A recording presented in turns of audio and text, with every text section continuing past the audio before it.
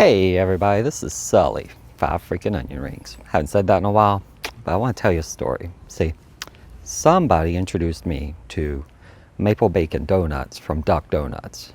And if you don't know what Duck Donuts is, you should look them up. And if you have one nearby, you got to go.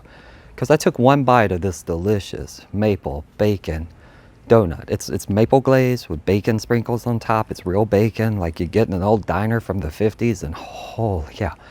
Took one bite, and I'll tell you, I'm not a religious person, but I knew at that point that something in this universe wanted us to know that we are loved and we are meant to be happy.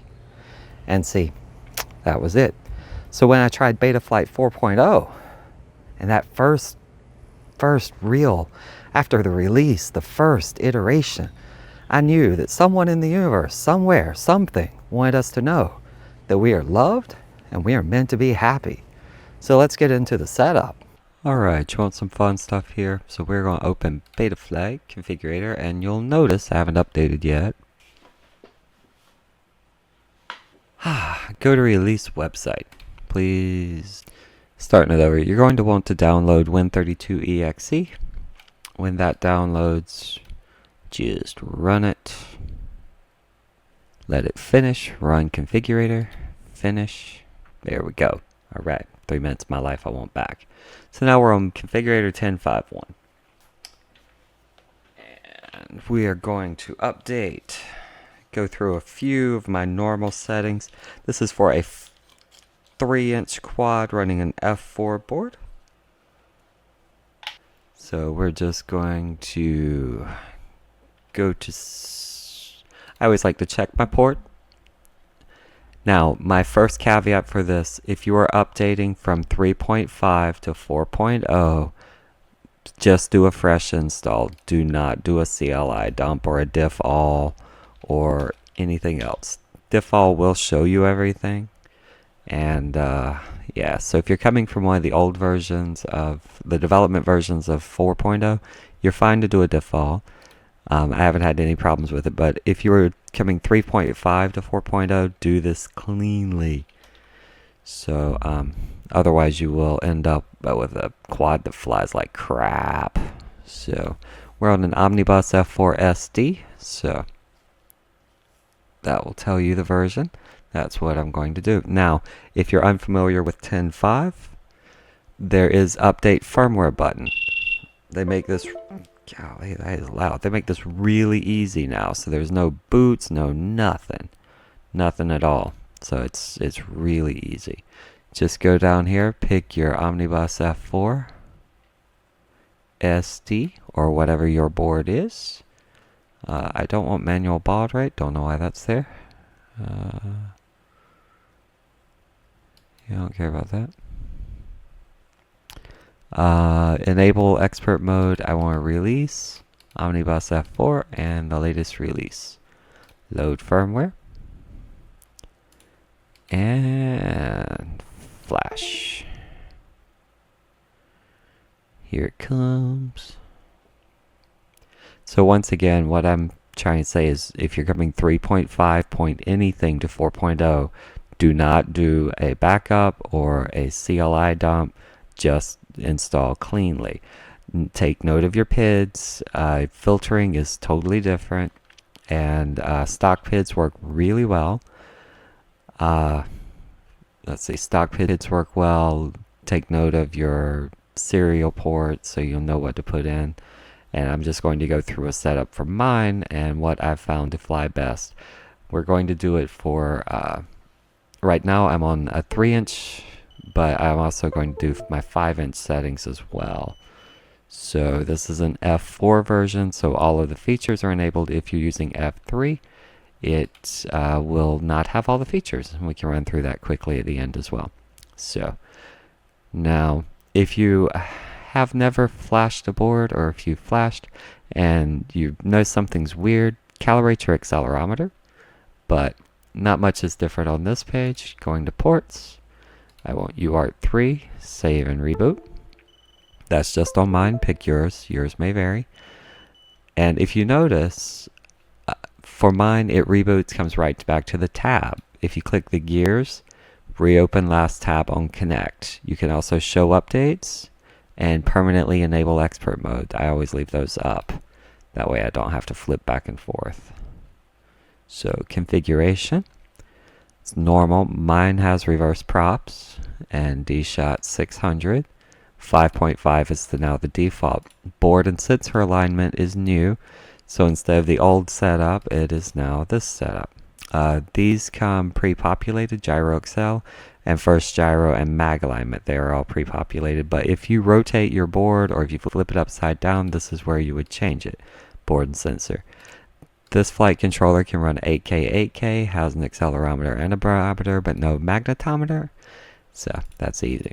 Arming 180, that still allows you to, if you have your accelerometer on, that will allow you to arm at any angle. Cameras, if you want to use FPV camera, the up tilt compensation. Receiver, I am using an iBus. Most of you are probably using S-Bus, so either way that works. RSSI if you got it. 3D, GPS, I don't have any of those. OSD, air mode is now permanently enabled. Hallelujah. Thank you. Anti-gravity, dynamic notch. Make sure dynamic filter is on. Make sure your CPU load stays below 50%. So once I set all these, I'm going to turn off USB. I don't like all the beeping, but yeah, we're going to save and reboot.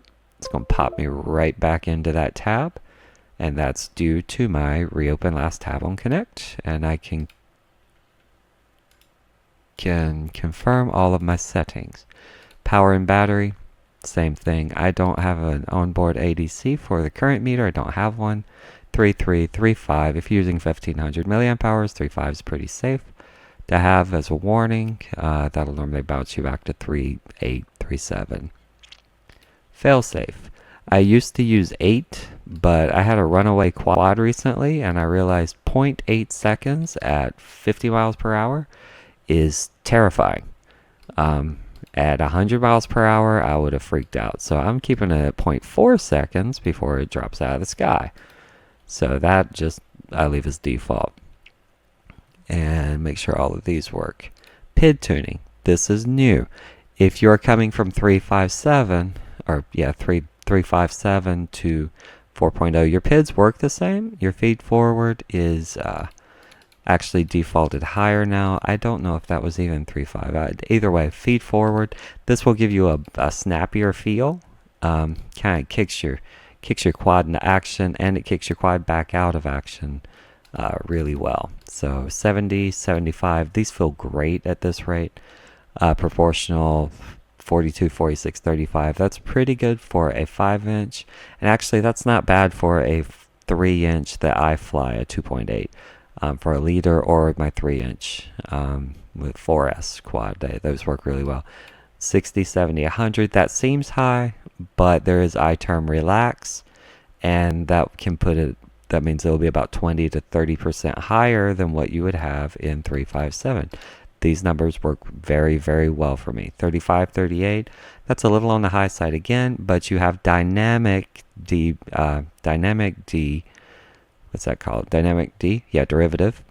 And so your actual D is somewhere between 20 and 35, 22 and 38. So that 38 is only when it's absolutely necessary in the middle of prop wash and whatnot, and roll pitch, and yeah, these are your lower ends, so you won't have that weird too much D feeling.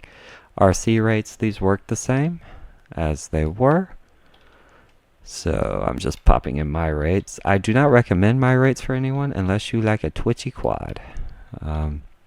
I'm very lazy, so I trained my thumbs to barely move. RC Expo if you want it.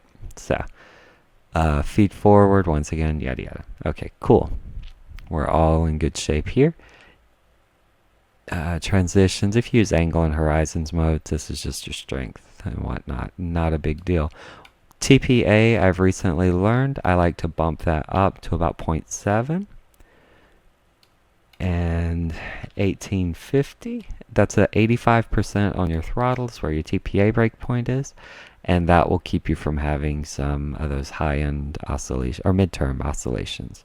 Throttle limit, this is really cool. If you fly and you feel like you're going too fast all the time, you can scale it and use the entirety of the throttle range, or you can clip it and have it go 0 to whatever your number is, let's say 50%, and you'll only use the bottom half of your throttle range.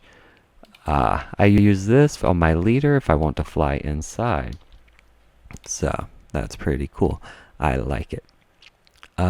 Feed forward transition. This is what used to be the weird one where it kind of smooth out the center of your sticks. I leave mine at 0 so I have a linear stick feel. But if you like a little smoother, bump it up. Try what you like. You can go all the way up to 1, which I don't know if you want to try that. Acro Trainer. If you're using Acro Trainer mode, you're probably not watching my channel because, yeah, I don't know. But if you are and you're trying to train, this will only allow you to go 20 degrees before the quad locks out. You can set that all the way up to 80 degrees. So you could almost go really, really, really fast, but you can't do a roll. So 20 is normally good if you do Acro Trainer. It's actually kind of fun. Throttle boost, that just gives if you do a fast throttle up, it will just kick it a little bit faster. If you go up to 100, it'll just saturate your motors. So I normally keep it between 5 and 7. I don't think I've ever done more than 10. And yeah, absolute control, you know, like absolute power corrupts absolutely, and that you need to enable air mode and I-term relax on RP. So that has underlying problem with I-term. You can read the description if you want. I always leave it at 0. Don't really worry about it. I-term rotation. I always turn it on, but I've never noticed a difference on or off. Compensation for VBAT. As your battery gets down, it compensates with your PIDs. Smart feed forward. That one is actually not as useful anymore, but it affects PIDs. F-term activate the moment, yada yada yada. F also reduces responsiveness effect produced by the F-term when added to P. In other words, for me, I can't tell you the difference on or off, so try it and see what you like. If you use integrated yaw, you must click here and it will pop up. Oh cool, they changed it. The CLI commands that you must use in CLI. Now I've tried it on, I've tried it off, I have not noticed a difference. So fundamental issue with quad, pitch roll axis, yaw fixes. No I is used with yaw. So if you use it, you have to highlight, copy these, and pop them into your CLI. So that part's good.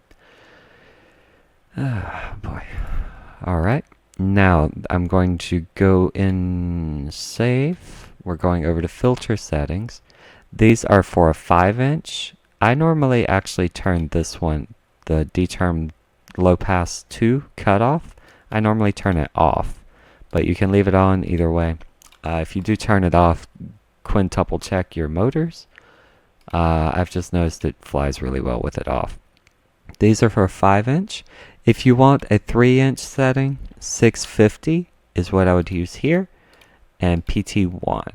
Is that right? Yeah, PT1 650. That will make it narrower, higher end, but as it is, for a 5-inch, 450 is great. Anything over, I believe it was 610, makes it into the higher end range. These will fly very, very well. So you can leave these alone, or you can turn this off, check your motor temps.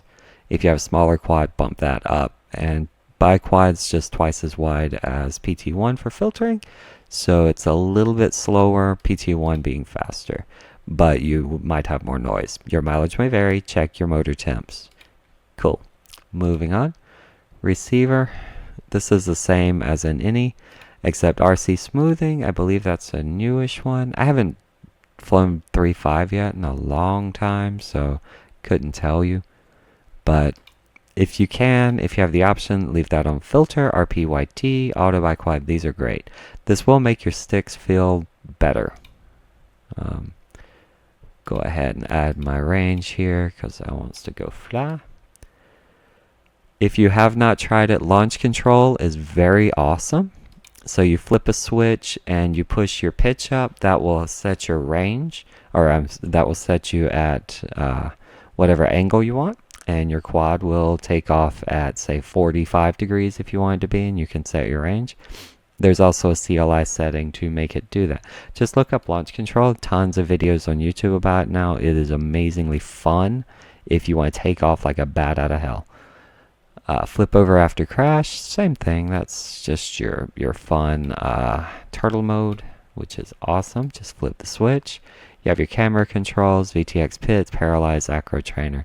This one, acro trainer, that's what the other configuration tab, or not config, the other PID tab is. If you use it, it will just limit your amount of angle that you can do in acro mode. So you can go all the way up to 80 degrees if you've set at the highest. Angle horizon, same thing. Head free.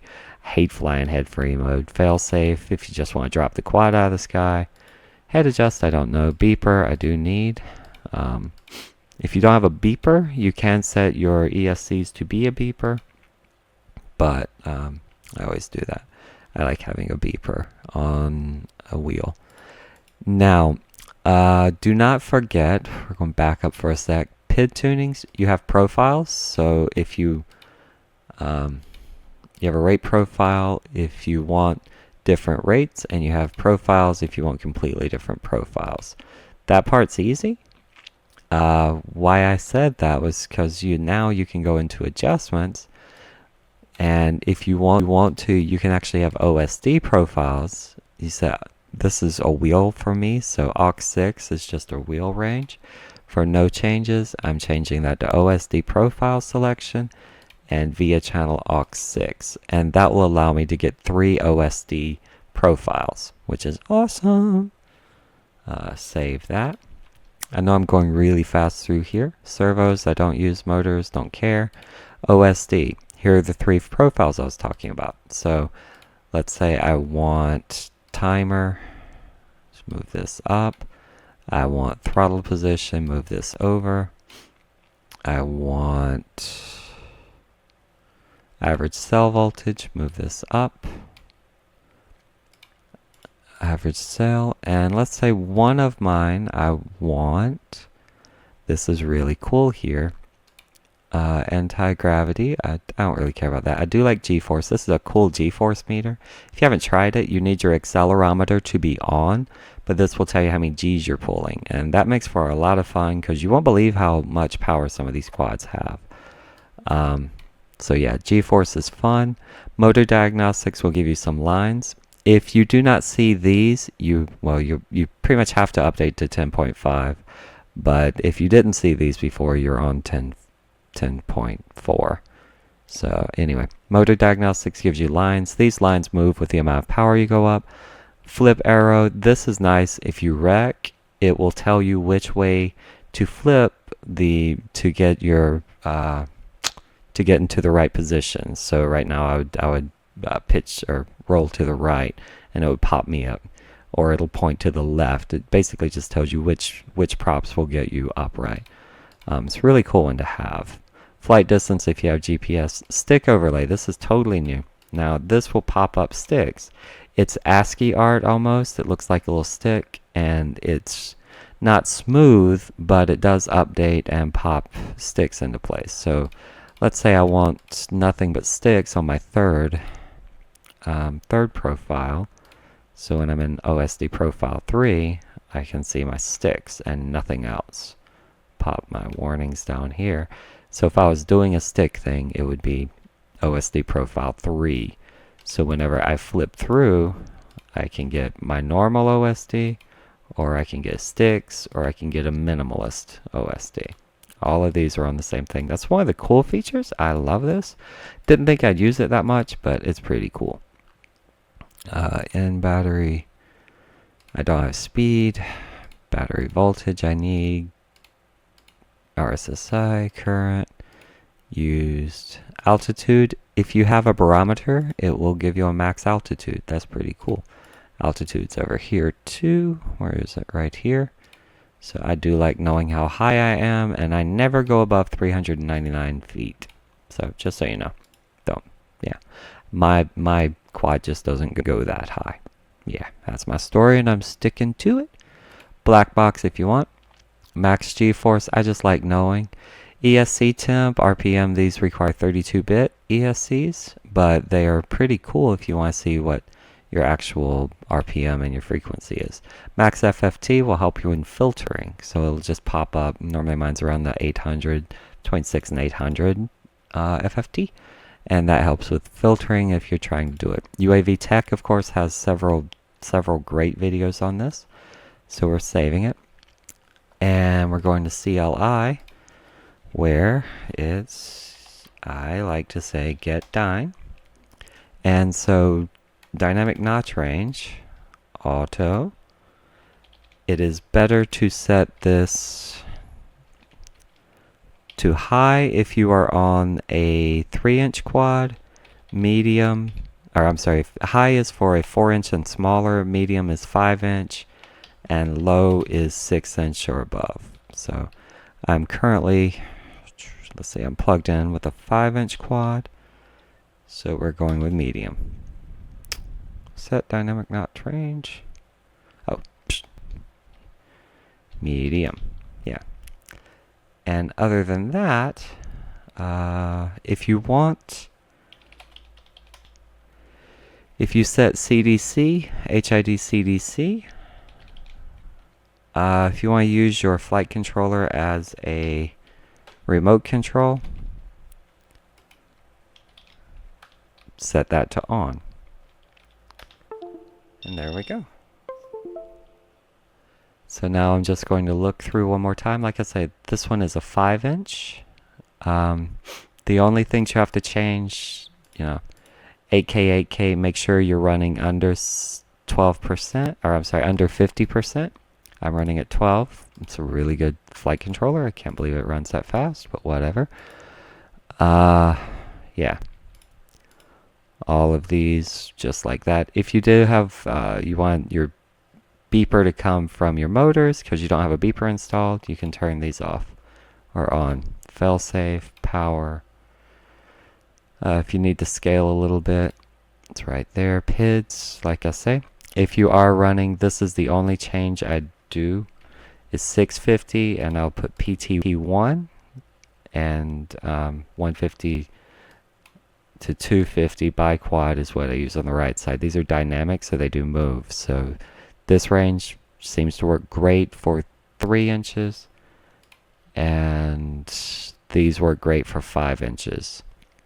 So defaults. You can turn this back on. It's default on. There's nothing wrong with it being on. I like it off. It feels a tiny bit better. You may or may not notice. It's all up to you. And yeah, receiver coming through here. Once again, like I say, I always run through because I've found so many times I'll forget to save. Adjustments, this is how you set up to use OSDs, different OSDs. You can do the same thing if you want. If you had another slider switch, let's say at my 7's a slider, you can change your, where is it? Rate profile that we were showing earlier. You can change it the same way. So if you want multiple rates, aux, and whatever you want to change. So most of these now are done in OSD, so you can, I don't use them nearly like I used to. Servos, don't use. Motors, don't care. When you're testing your motors, make sure your props are off. There you go. I don't have a battery plugged in, so yay. OSD. Alright, we're good here. Sensors, tethered, black box, and yeah, you can also reboot into mass storage mode, and it will allow you to just plug in your flight controller to read your SD card. It is slow though, so I don't recommend it unless you just can't get your SD card out. That is it.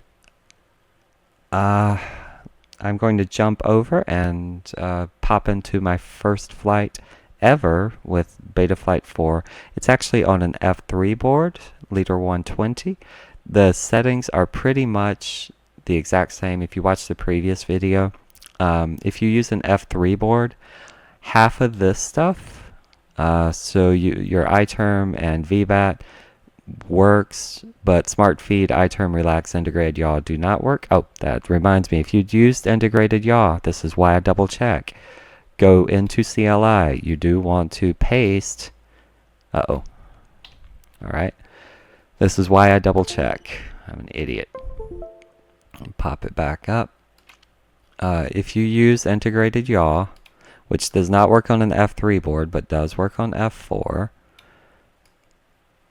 it may or may not make a difference to you, but you will have to paste these in. So do not forget to paste these in. Click here.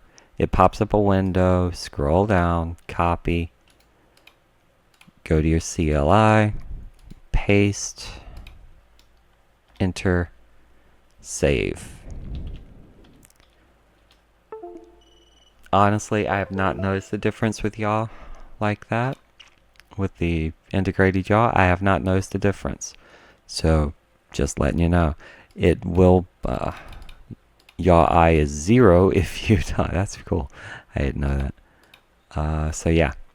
That is pretty much it. I'm just changing up the whole video. Right now, I'm going to unplug this, and we'll go through the F3. So that was an F4. We're plugging in my leader and show you the differences on F3 really quickly. Makes it just easier. Flashing still the same. You would just hit update firmware, select your OSD. That is a loud beeper. And this is what I was saying. iTerm rotation and VBAC compensation are the only two of these that are enabled. Throttle boost is gone. Acro trainer mode works. The dynamic D is gone. These don't work. So if you're on an F3 board due to space constraints until there is a performance version, it does not work. I have noticed the difference with it on the F4, so I like it. I hope it comes in with the what's the word I'm looking for? Blah blah blah. Yeah, hope it comes in with the performance version. So we're going to jump over to filters.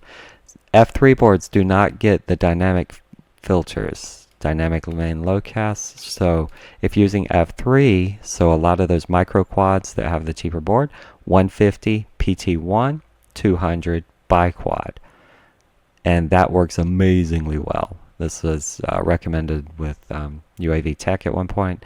I haven't changed it since then, and my motors come down feeling great. So that is the big difference with F3 to F4 boards. Smart feed forward, iTerm, relax, and integrated yaw do not work. Throttle boost does not work. PIDs are different. See the yaw 100. This is on Omnibus F3. Yaw's 100, whereas the other one, it's a 0. So anyway, that's not a mistake. That's just how they work differently. That's all I can say about it. I don't know enough of the technicals to know why. Configuration still similar. D-Shot 8K 4K because I'm already at 45%. iBus, everything else pretty much the same. Power battery. Ignore that. I set it so low because I just watch OSD and I have a timer, so I don't want it flashing at me all the time. If you use smaller quads, your batteries dip faster. I wouldn't say at 2.5, but that's just for me. I've gotten to where I just watch it until it goes, keep my eye on it. You also, if you are using an F3 board, you only have one OSD profile. So if you ever plug in and only see one, that means you have an F3 board. Makes it easy, adjustments, so you don't have to do that. Modes, same. You do not get your launch control. However, if you want to, you can flash one of the older development or release candidate versions. And now I think you need a development. One of the older development versions for an F3 does have launch control, so you can go searching for it. Other than that, since it's a 3-inch, I have get her done. I have get done is high. So once again, this is the quad I'm flying with right now. because I have not been able to get out to the field with a 5-inch. As soon as it reloads, if you notice, it is much slower connecting, but that's okay. It works. It's great. People have asked me, are you going to change it from an F3 to F4? And I say, why? This F3 flies amazingly well. If you watch Kebab, he flew an F1 board the other day, or now it's been a month or two ago, and it flies great. Like, that's the thing. A lot of the faster processors have a lot of whiz-bang technology, but once again, this is like music, sound, and everything else in your life. If it's good, nobody cares what's under the hood. So if something tastes good, they don't care what you really did to it. If my cookies have crack in them, they are delicious. It's okay. Nobody cares except for the output. They don't care what's going on inside. So someone's like, oh, you used a augmented fifth. Is that right? Augmented fifth? Yeah, it would be augmented fifth chord instead of a power fifth chord. So whatever. It sounded good. I liked what it is. We're only interested in output, the output being how it feels. So an F3 board for me, especially in these micros, is 100% totally fine. I'm not going to replace it just to say I have an F4 board. That's my soapbox on it. Don't waste money. This hobby is expensive enough. So that's what I'm going to tell you. However, do not forget, whenever you do flash, I always like to calibrate my accelerometer. So find a flat surface. Holy cow, that's warm. Find a flat surface and calibrate. Just bam, bam, bam. Get a couple beeps, calibrated, done. I always like to recalibrate every now and then. It does make the quad feel better. It might be a placebo, but it's just something I've noticed, and I do it now. So anyway, that's it. We're jumping over to the flight. Thank you for hanging in through all of this as the F3 setup and an F4 setup. Here we go. So yeah, I must say this is the first time I've plugged in the first flight. I've been running Betaflight 4 for a while now on the development build, so I was fairly confident I wasn't going to smoke a motor, but once you flash, please always test hover and always check your motor temps, because you do not want to smoke a motor over something stupid. Now, the second question I get asked a lot is if you have a perfectly running 357 quad and someone doesn't want to go through all the trouble with Betaflight 4 due to all the changes, should they update? And the answer to that is it's up to you. So I love 4.0, but honestly, it's like anything else in life. If it's not worth updating, every update is a risk. Don't get me wrong. Like, you can do something wrong, you can tweak something, you can hit a filter and destroy a motor. So updating is always a risk. Now, with that being said, if anyone asks me, I'm just starting out, which one should I go with? Oh, 4 in a heartbeat. It's amazing. I can't say enough good things about this. And it is truly one of my favorites. I haven't flown anything like this since 317, where I was just blown away by the difference. If you didn't notice, I just hit a tree limb there and didn't even notice it. So anyway, I'm flying this first flight out, trying to induce a ton of prop wash. Since I'm on an F3 board, I'm not using that dynamic D-min, but prop wash is a lot better. If you have dynamic D enabled like you do on an F4 board, you'll notice your prop wash handling is a lot better. The TPA changes help me out a good bit as well. And yeah, overall, the quads just feels like it's connected to my thumbs, which is something I've said with every version of Betaflight 4 that I have tried. I actually have only flown one that I didn't like, and that's because the default PIDs weren't as good as the older version I had, so I've been keeping my PIDs around the same. The new defaults actually line up very closely within a couple of points of the version of PIDs I'm using that I like. So yeah, default is great. That higher iTerm that has the it's the higher iTerm. I don't have iTerm relax on since this is an F3, but on other flights that I had, this is the most stable quad. Something you can't tell here is that there is a constant breeze going through.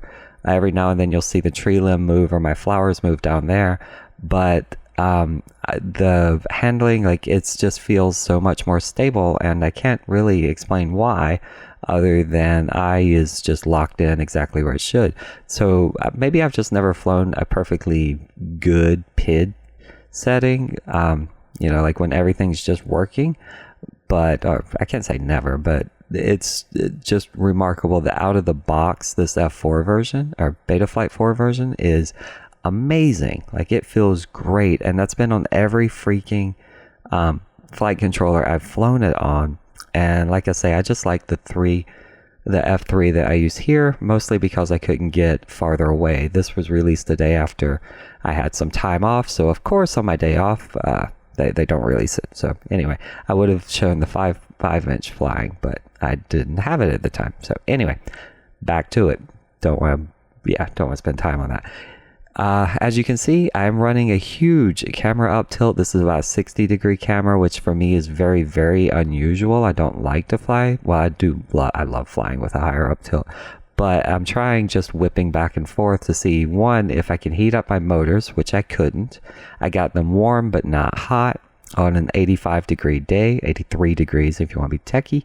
But yeah, it was great. Motors didn't heat up. Everything worked exactly as it should have. I will say, if you want an in-depth video, UAV Tech has gone through every PID and every tab on his page. He has great in-depth tech, just everything you want. Joshua Bardwell has a couple as well, but yeah, if you want the technicals of it, go to UAV Tech. I want to thank you so much for joining. If you have any questions, drop them down below. I love answering. You're going to see my end screen, which has some cool stuff on it. I'll freeze it. And if you have any questions, though, please drop them down below. I will go through anything. I'll answer what I know, or I'll try to find an information for you. Thanks so much once again, especially for this long video.